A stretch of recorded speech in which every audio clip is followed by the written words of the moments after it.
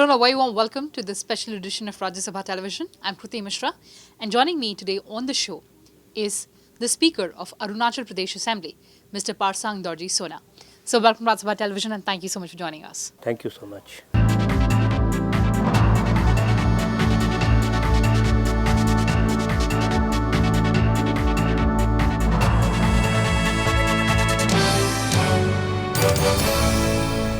So before we talk about Arunachal Pradesh and its assembly, let's first talk about the coordination that we've been talking about between judiciary, executive and legislature.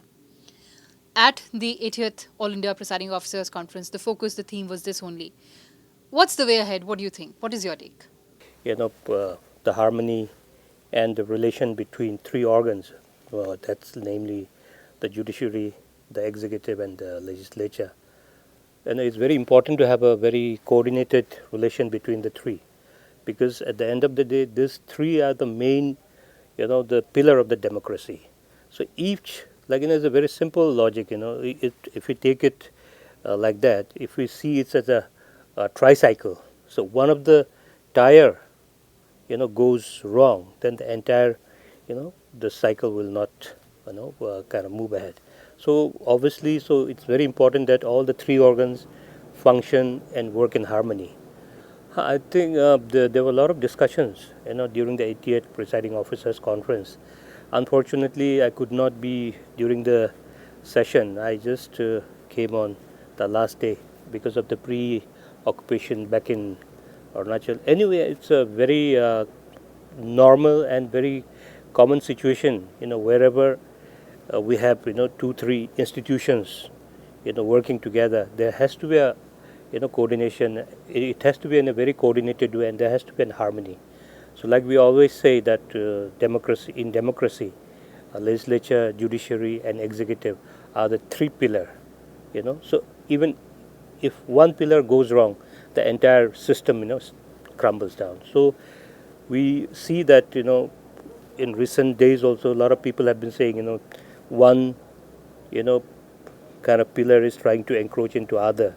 I don't know, but if this kind of things happen, then it's not going to be, kind of in a good, way to further the democracy in a very healthy way.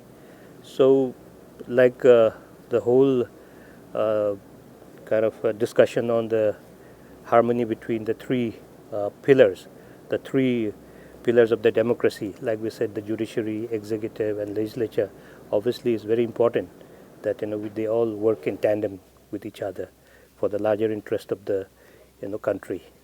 So one of the important points that we saw during the 80th Presiding Officers Conference was the concentration on the northeastern states. What are your specific suggestions and what are your takeaways? See, that's what I would like to, if you ask me, and if you want to speak frankly, see, northeastern state, I still feel that we have not been able to connect with the mainland, the mainstream, because I don't know really, but after the NDA government has come in under the leadership of Sri Narendra Modi ji, then we are seeing some tangible changes that the northeast is being given priority, in all aspect when we talk about developmental aspect or political, because for past so many years, we have not been able to connect with the mainstream. So now also what we always see, the problems of the northeastern state and the mainland, the main Indian states are totally different. So we need to understand, the dynamics of the northeastern state. What we feel always that, it's like the policies which comes up at the national level, it's more or less concentrated, with the situation and the demands of the, mainland. The northeastern states are not being, kind of taken into much consideration. So this is like, one size fits all kind of thing, because we have a different kind of region, we have a different, culture, we have different, dynamics in all aspect, So, and the region itself is so difficult, and it's such a remote place. And, getting, physically connected with the mainstream also becomes difficult due to a lot of communication problems, maybe surface transport, or maybe the air communication, or maybe the digital communication. So I hope, and I feel that the focus on the Northeast is really due. And now that the government is taking, a lot of interest in kind of trying to bring the Northeastern into the mainstream, it's a very good gesture, and we are very hopeful with this new concept of Act East. Earlier, I used to say that when the UPA government was there, the UPA government has come up with a Lucas policy. So in a lot of forum, I've said, the Lucas policy more like, look beyond Northeast, It was not actually, a pragmatic approach. It was just some kind of policy which came uh, on a paper, and it remained on the paper, and it collected dust. Now things are changing. Now with the Act East, policy for the northeastern state, I think we're seeing a lot of tangible changes and a lot of infrastructure developments. Mr. Dorjee, you talked about tangible changes. I'd like to know, I'm intrigued to know, what are the tangible changes that you've seen recently? My constituency borders with China, the erstwhile Tibet. So when I was a young boy, not very recent, see, there was no road communication uh, to my village, and which is a subdivisional headquarter, and there were no telephone connectivity that time. Now, what we have seen, the government has taken a war footing stand, to connect those places, because we had just a border roads which were like small roads, only one vehicle could move on it. Now, just recently only, the government of India has funded a double laning, and it's like really happening in a war footing. So those are the things. And when we talk about the air connectivity, we have advanced landing ground there. Now at least we hope that in near future, the civil aviation department will also come in, and we'll have the civil this thing, what you call that, aviation aircrafts coming in, and it will help the local population and the tourist as well. And obviously with this, I think the local economy will also grow, because we are in such a remote location. To reach Itanagar, which is the capital of the state, it takes us 2 days, and to reach Delhi it will take around 4 days from my place. So on a very light note, in one of the conference which was organized by the FICCI and Ministry of Finance, they had called me to give some talk on that, and there I told them, the situation which was called Connect Northeast. Connect Northeast was the main theme of the conference. When they asked me to speak, I said, if you allow me to use the infrastructure across the border, I'll reach Delhi in 3 or 4 hours. But if I'm using my own country's infrastructure, it takes me at least 4 days. There is the kind of irony. But now things are changing, because we see a lot of good roads coming up, a lot of widening. Right now we are facing a lot of problem because the constructions are going on. But few years from now, I think we'll have a beautiful road, which will not only cut into the travel time, but it will also help in a comfortable ride also. So we're expecting that things will change very soon. All right, so that's a positive development that you're talking about. Let's now focus on the Arunachal Pradesh Assembly. One of the things that we saw recently was the specific screens in front of the members. Tell us, what was the experience? How did it See, come when I about? first joined as the speaker, so I could see that a lot of money was spent on printing, printing as in like printing the bulletins, and printing the uh, those questionnaires, printing the bills, and printing a lot of notices and informations, which we have to send it to the members. That was actually incurring a lot of cost in the first place, and secondly, it was actually having a negative impact on the environment, because the more you use the paper, obviously a lot of trees are cut down, and secondly, it was not a very efficient way of doing things, because it's a digital era now. So looking into that, I thought of digitizing the entire assembly secretariat. So we started with digitization, with the legislation first. So what we did, because most of the time what happens, because our members in Arunachal are located in far-flung areas. Like I said, it's difficult to reach out to them. A lot of places there are no proper telephone connectivity, no internet. So reaching a document, it's a big challenge. So what we have started doing now, that we have started the digitization of the entire process. Now we don't send any papers. We send it through the mail, through the app we have developed, the in-house application we have created for the entire Legislative Assembly. All the members have been trained, to get familiar with the application, so that they get all the agendas, the bulletins of the proceeding of the House, in their application. And in-house, in the main hall during the session, we used to keep bulks of papers. Now that we have done away with that, we have kept a tab out there with like a touch screen tab and with a proper internet connectivity. So all the informations are there. And if you want to see the questions, if you want to see the resolutions which are coming up, if you want to see any kind of discussions which are going to come up, and all the agendas are on the tab only. And at the same time, we have internet connectivity on the tab. When the discussions are on, if you want to get some informations, you can just type on it and get the informations and participate in the discussions, through the information which you get through the uh, websites and other internet portals.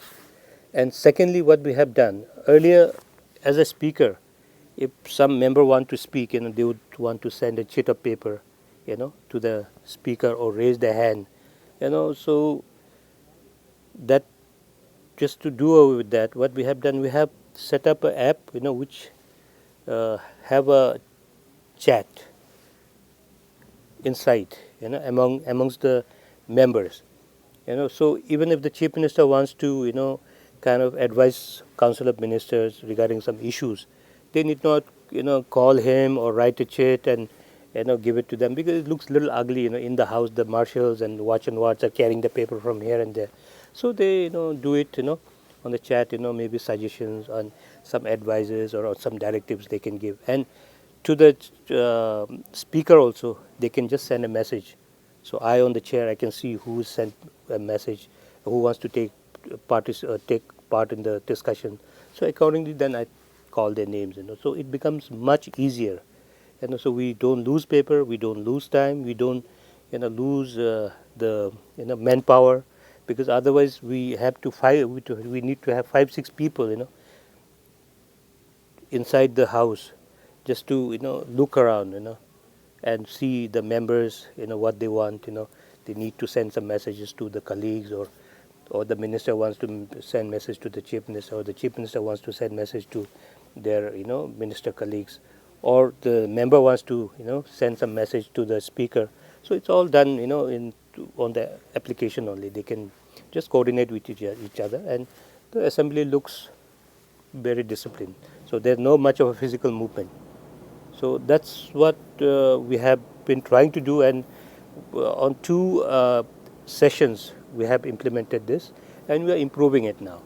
So since the in-house applications, obviously a lot of hitches are there, but we are trying to correct the problems with problems through the advice and suggestions from the members who are using the application.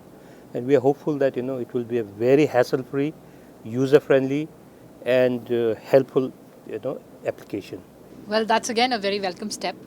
And talking about utilization of local talent, I was reading that Assembly has utilized a lot of local talent.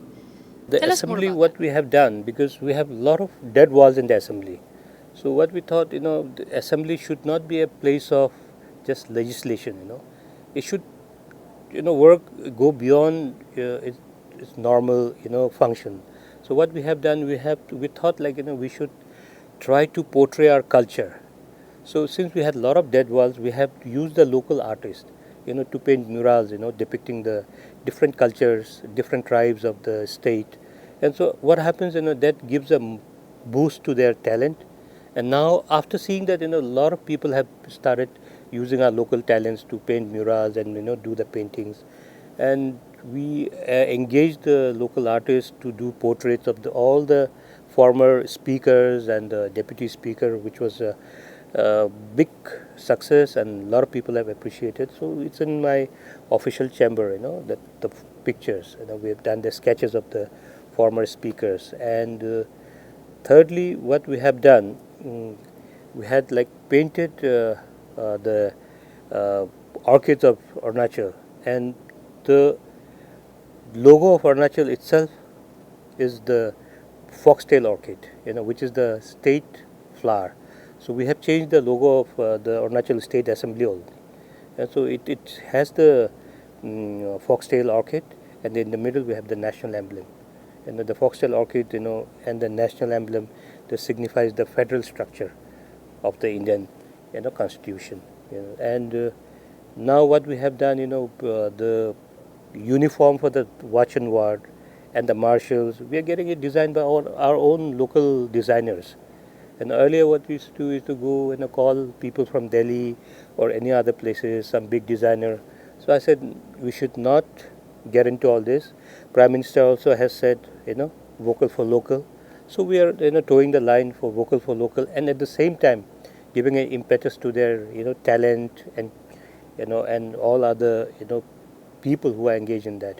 So now I get to hear that a lot of people are engaging them after we have done it, because obviously assembly is such a place where a lot of people come and visit and see the things, and obviously one question, who has done it. And when we tell them it's our own local boys who have done it, then they're like, shocked. Do we have such kind of talent in our state? So that's the kind of exposure we have given it to them, and it's helping a lot. And even, the assembly, we are trying to do a facelift. We're using a lot of local talents who have, these are like all homegrown talents. So even the facelift of the assembly, if there was no pandemic, by now we could have seen, a new face of assembly. But because of the pandemic, we had to put it on hold. So I don't want to talk about it. So once it's done, then you'll get to see it. It will be a beautiful change which will come up. All right, sir, we'll not get into the specifics of the change, but what motivated you to bring about this change? What we see the Legislative Assembly, as a member also, we were like, part of the Legislative Assembly. We see it's like, all the previous, I'm not saying, they haven't done anything. They have been performing at the best caliber and capability, and they have really kind of managed the house very well. But I thought, we should at least, move out of box, and do something new. That's why, we've done a lot of creative works. And now we are trying to do a lot of outreach programs, where we want to involve the students and from the schools and the college, trying to give them the first-hand, experience of how the democracy works and how the legislation takes place, and creating a mock parliament. And we are thinking of doing debates and a lot of this thing, uh, essay competitions, and trying to take this entire thing to the districts and to the colleges, to the schools, and do a lot of the street plays, which will make them aware of the entire uh, functioning of the Legislative Assembly and how important it is, and at the same time, do some kind of uh, awareness campaign for the students, to know about the entire system of how the government works. Because if we teach them now, then it will be easy for them to understand things later when they actually want to come in. Because as an MLA, when I also came in, and I was totally new, and a lot of things I learned it while I got elected. But we should prepare them, in advance, so that they are aware of the things, and once when they get in, they don't waste time learning things. They start working right away for the benefit of the society and the state, being an elected representative. Because 5 years is too less of a time. You can't waste time trying to learn things for 2 3 years. By the time you get to understand the nitty gritty of the things, and you see that the elections have come, So we want to prepare them. Before they come in, only they are like aware of the entire process and things and how it works. So that's what we are doing it, and we have done a beautiful library. Thinking in a line that our legislators also benefit out of it.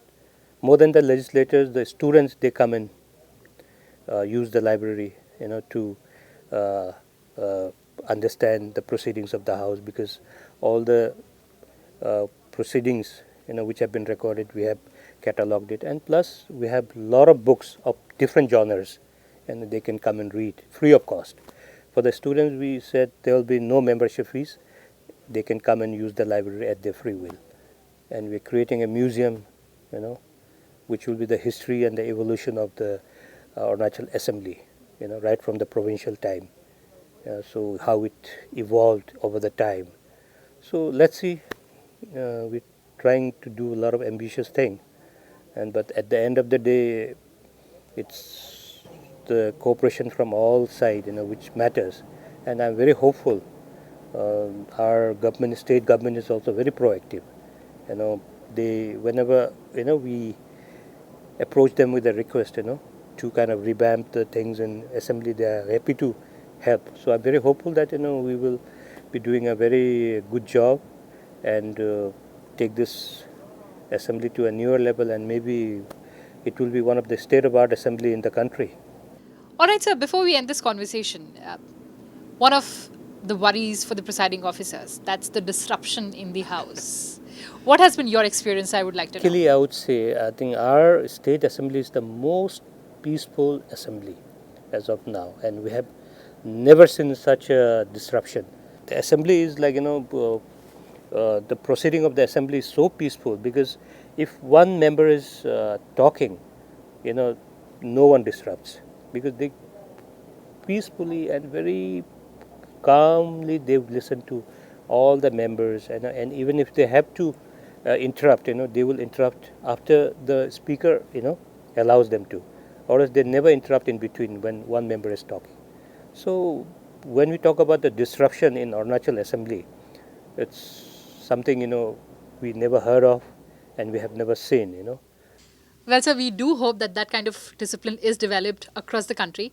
And of course, on several occasions, in fact, Chairman of Rajya Sabha, Mr. M. Venkaiah Naidu, and even Speaker of Lok Sabha, they've urged the members to uphold parliamentary etiquettes and decorum, and also to maintain the dignity.